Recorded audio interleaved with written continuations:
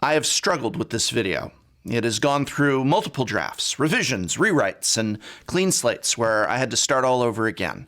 I can already hear the usual sources retorting to it with, all this guy ever does is criticize Wizards of the Coast, or all that channel does is complain about products and prices. I don't want to do that, and I don't want to be that, but I can't do anything other than be honest and talk about what I believe, what I feel. I love Magic the Gathering so much. All I want to do is play Magic and encourage others to play it, to get them to play it. And so I could not be more excited to hear about the return of Masters sets, as Wizards of the Coast announced Double Masters last Thursday. This August 7th, we will see the return of Masters sets, which were indefinitely discontinued for a little over 1 year before returning with Double Masters. And even though the full set list has not yet been previewed, I can tell already, this is going to be spectacular.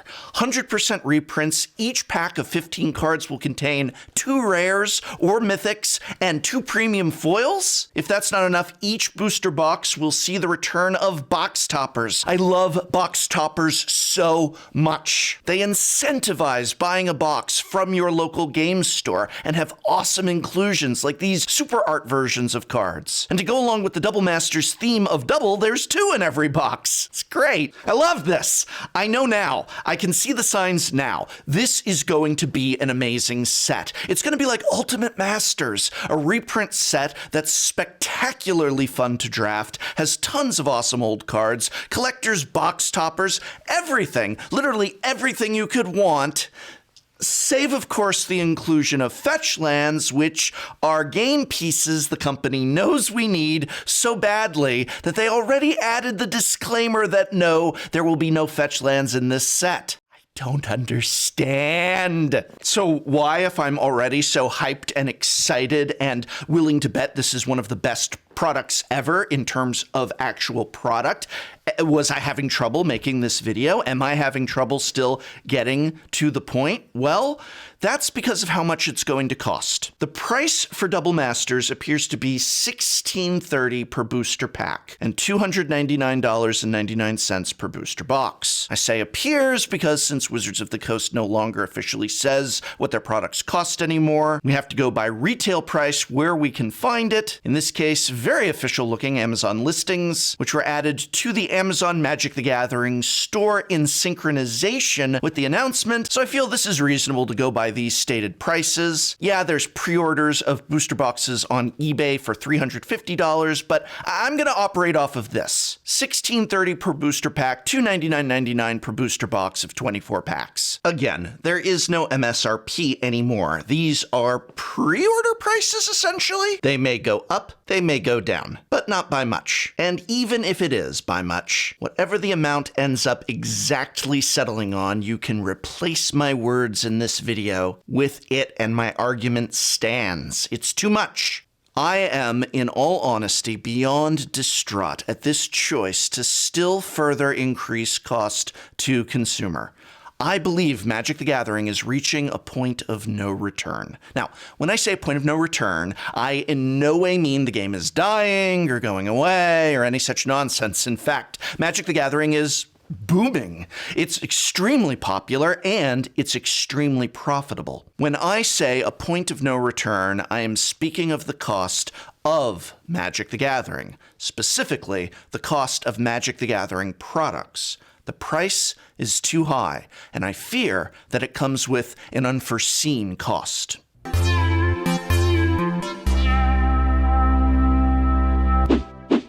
Blah, blah, blah, blah, blah, blah, blah, blah, blah, blah, blah, blah, blah, blah, blah, blah. I want to do 2 things in this video. Demonstrate how incredibly arbitrary the price of these booster packs is, and argue for the damage this practice can cause the game. Let's start with my biggest opposition. Many at Wizards of the Coast will defend this product and many other products, such as the Deluxe Edition or Secret Lair Ultimate Edition, with the following argument, which is, people will still buy it. And no, your boycott won't change that. The product will sell. and it will sell out. I think about that a lot. I certainly thought about it a lot while writing this video. If Wizards of the Coast makes the product, prices the product, and the product sells, then what's the problem? They could price Double Masters at $9.99 per booster pack instead of $16.30 and lose millions, literally millions of dollars. So why shouldn't they charge as much as people are willing to pay? Well, I thought about that, and this is what I came up with. Let's begin with the following premise. There are many ways in which raising the prices on a product purely to get more money are detrimental to the game, to the health of the overall game. And there are zero ways beyond profit motive that it is beneficial to the game. For example, each time you raise prices on your product, you cut people out. Yes, the packs will sell, and they will continue to sell because there are people with the means to purchase them, but you are taking a huge player population and cutting out the majority of them. Now, you can argue that those customers are free to purchase more affordable parts of the game, but that's just it. This is a game. You are literally creating parts of the game that can only be played by the rich and affluent. It isn't collector's pieces, it's game pieces being made into collector's pieces. Listen to what Mike Turian said was the thesis of this Masters set, and we can infer other Masters sets. There's players, of course, who are just getting into Magic within the last few years who want to go out and try Modern and try older formats. And Double Masters is really our great chance to make sure that those cards are accessible. Mm-hmm. But pricing the booster packs at $16.30 does not accomplish that goal. In fact, as you continue to do this with more and more products that are similarly priced this high, you are creating economic segregation within the game, which is not good for long-term stability. At a certain point, people will become fed up and quit. Yeah, you'll still have those rich, affluent customers, but at the price of so much of the population.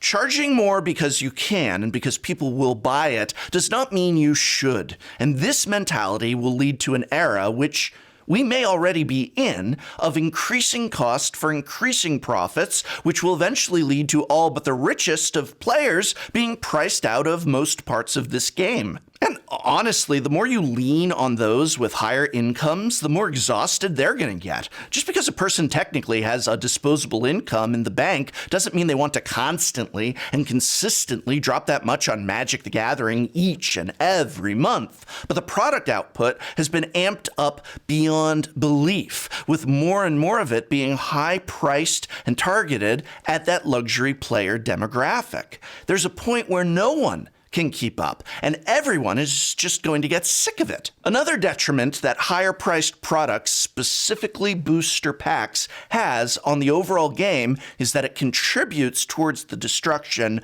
of Draft, once Magic the Gathering's most popular and profitable format. I think it is very fair to say that just a few years ago, Draft was and had been the cornerstone Magic the Gathering format, most popular and most played.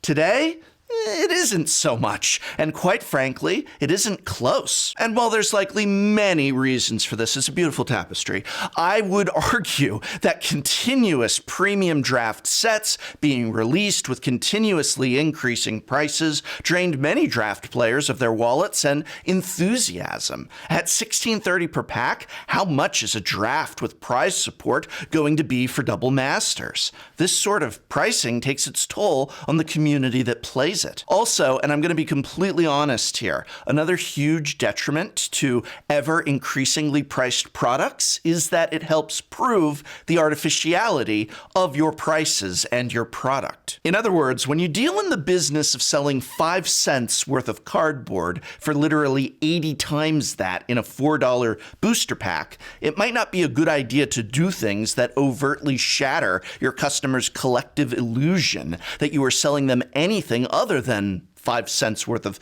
cardboard.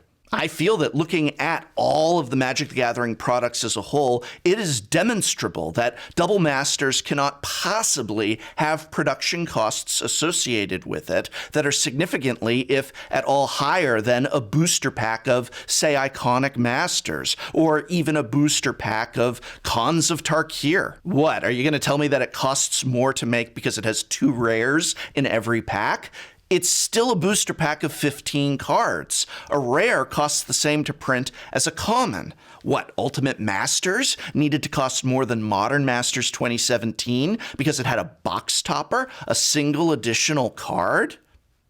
One of the revealed cards for Double Masters is the hugely in-demand Doubling Season, a card currently worth $50 and up and a great target for being reprinted. Want to know the last time Doubling Season was reprinted? Less than 2 years ago in Battle Bond, a booster draft set that had an officially stated MSRP of $3.99 per pack. That's right, Battle Bond, a set that required added resources due to it having entirely new cards that needed to be designed and developed for it, was still ultimately just $3.99 per booster pack of 15 cards, and yet Double Masters is $16.30 per booster pack of 15 cards? Well, we had to put cards like Doubling Season in Double Masters, but we also had that card in Battle Bond. So this turns into a situation where you're making less and selling it for more, instead of making more, adding more, and selling for less. The fact that it's a game aimed at people of all ages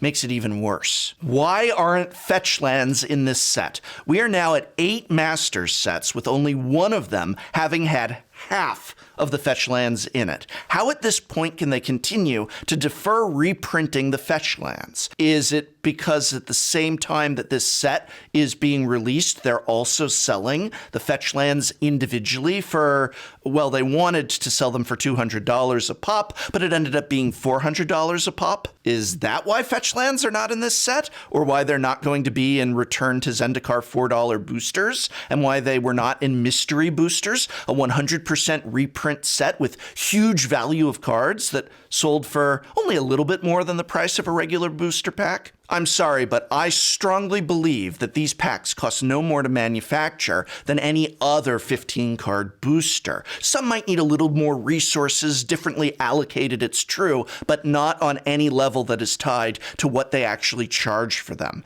To create a premium version and justify it with old valuable cards, special art, and extras like foils is one thing, but to continually raise the price to the point that you want more than a Nintendo Switch for one booster box is another. And I could just go on and on with these examples. Jumpstart, yet another new product coming out soon, will be selling for $3.99 a pack, but the booster packs will contain 20 cards each, not 15. The cost of a booster pack is not tied to what it costs for the company to make that booster pack, nor the amount of cards within, not even if those cards are foil. This is, and I just honestly feel this way, crazy.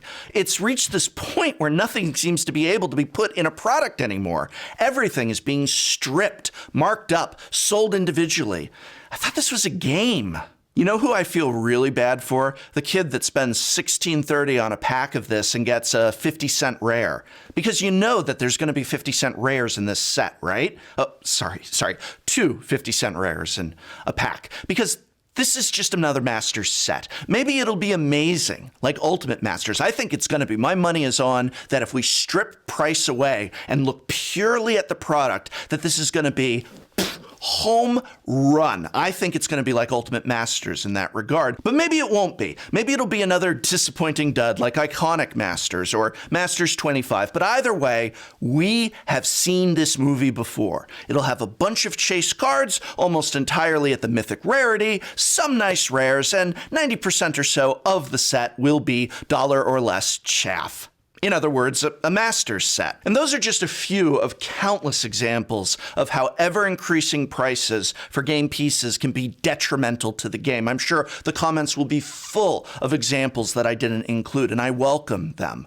But what's the advantage to raising the prices on a product arbitrarily and artificially?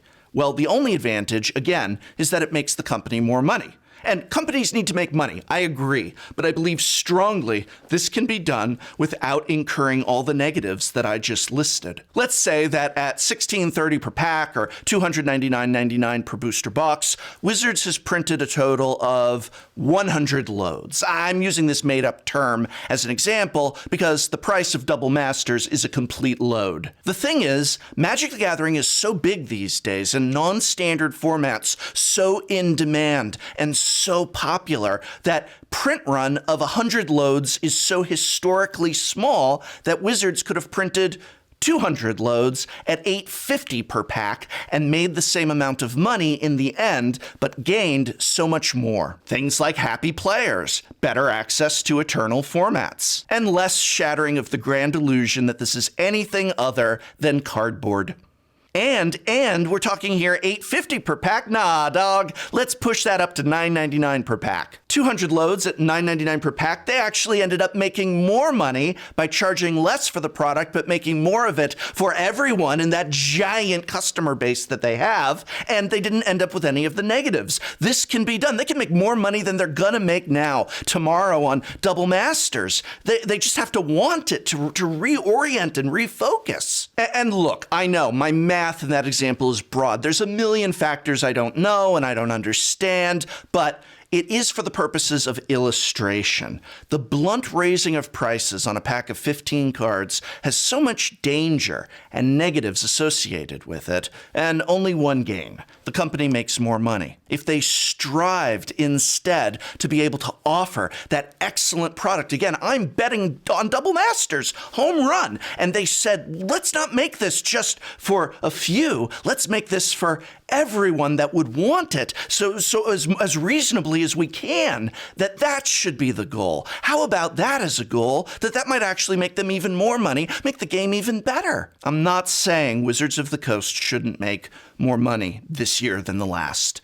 I am saying that I believe it is possible to do both. Make more money and not bleed your customer base dry to the point of extreme customer disillusionment and disenfranchisement. And I believe that this product and other products like it are having that effect. Wizards of the Coast, all I want desperately is to play your game and buy your product. All I have ever wanted is the right of reasonable equal access for all players to do the same. While booster packs for $9.99 each versus $3.99 each is debatable, I feel that those same packs, now at $16.30, I feel that it is not. At that price, even if it sells out, the cost of Magic the Gathering has become too high.